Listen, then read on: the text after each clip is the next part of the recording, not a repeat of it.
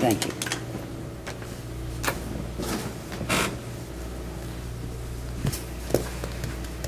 One of their witnesses, who they may or may not subpoena and call, stated unequivocally that the guy, the assailant, was 5'7" to 5'8".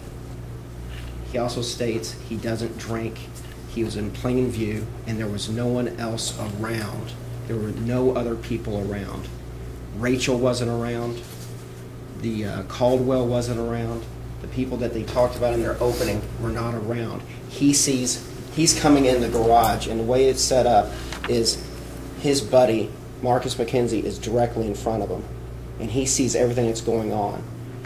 Rachel says she's the first one there. He says no. He goes, I'm the first one there. That's what Eric Coolidge says. He said, I saw my buddy, my roommate.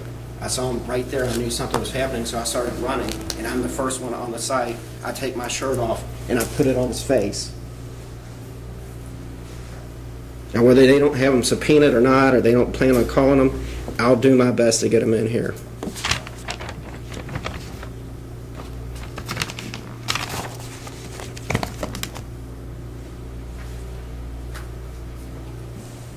Subsequently, Terrence Craig is indicted here for robbery of Marcus McKenzie. He fits the exact description, 5'7", 5'8", kind of a stocky build.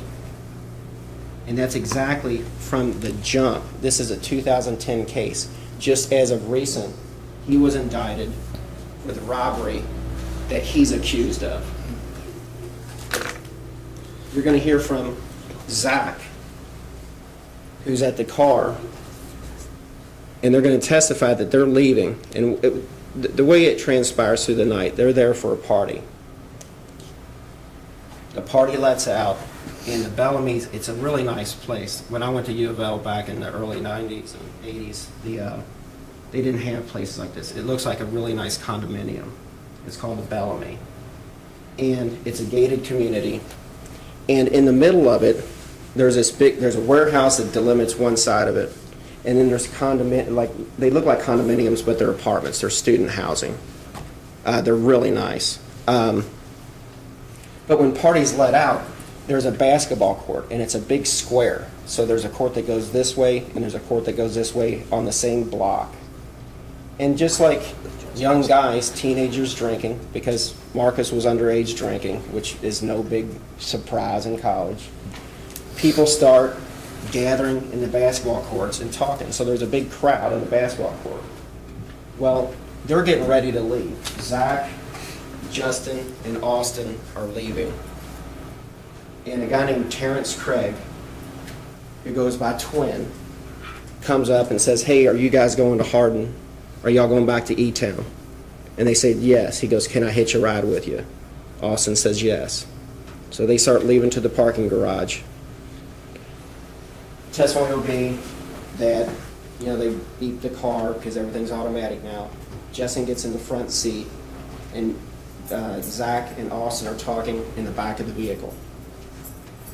Terrence Craig is kind of lagging behind, and they see him talking to someone, and they don't have any concern about it. Zach and Austin are figuring out, hey, when do you want to get together next? What are you going to do? Where are you going to be tomorrow? They're just having conversation. Finally, Austin turns around and says, like he sees him talking to this guy, he says, man, leave that guy alone. Let's go. I'm leaving. Let's get out of here. I'm going. If you want to ride, go. Then they hear some type of commotion and a bottle being broken, and Terrence Craig gets in the vehicle, and they leave. And they leave out the wrong way. The officer, and then Rachel's, she's yelling that, someone's been hit. She knows who it is. She doesn't. She wasn't close enough. And there's too much of a resemblance between Terrence Craig and Justin Berry, at least as far as facial features. She's too far away. But everyone else involved, the victim, Coolidge, Austin, Zach, This guy is 5'7" and 5'8", and that's substantial in regards to someone who stands 5 foot or 5'1". They simply got the wrong person. And Terrence Craig, like I said, is under indictment for this robbery as well. Right now he is.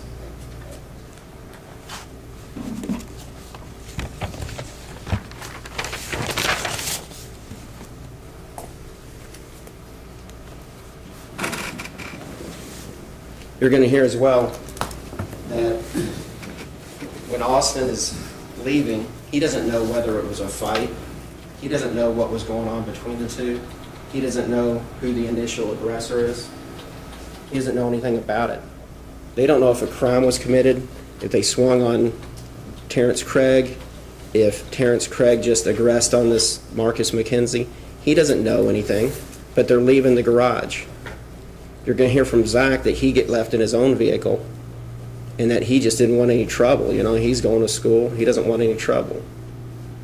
But very shortly afterwards, Terrence Craig tells Austin, "Yeah, I smacked him on the face with a beer bottle." Your objection, Mayor Pritch.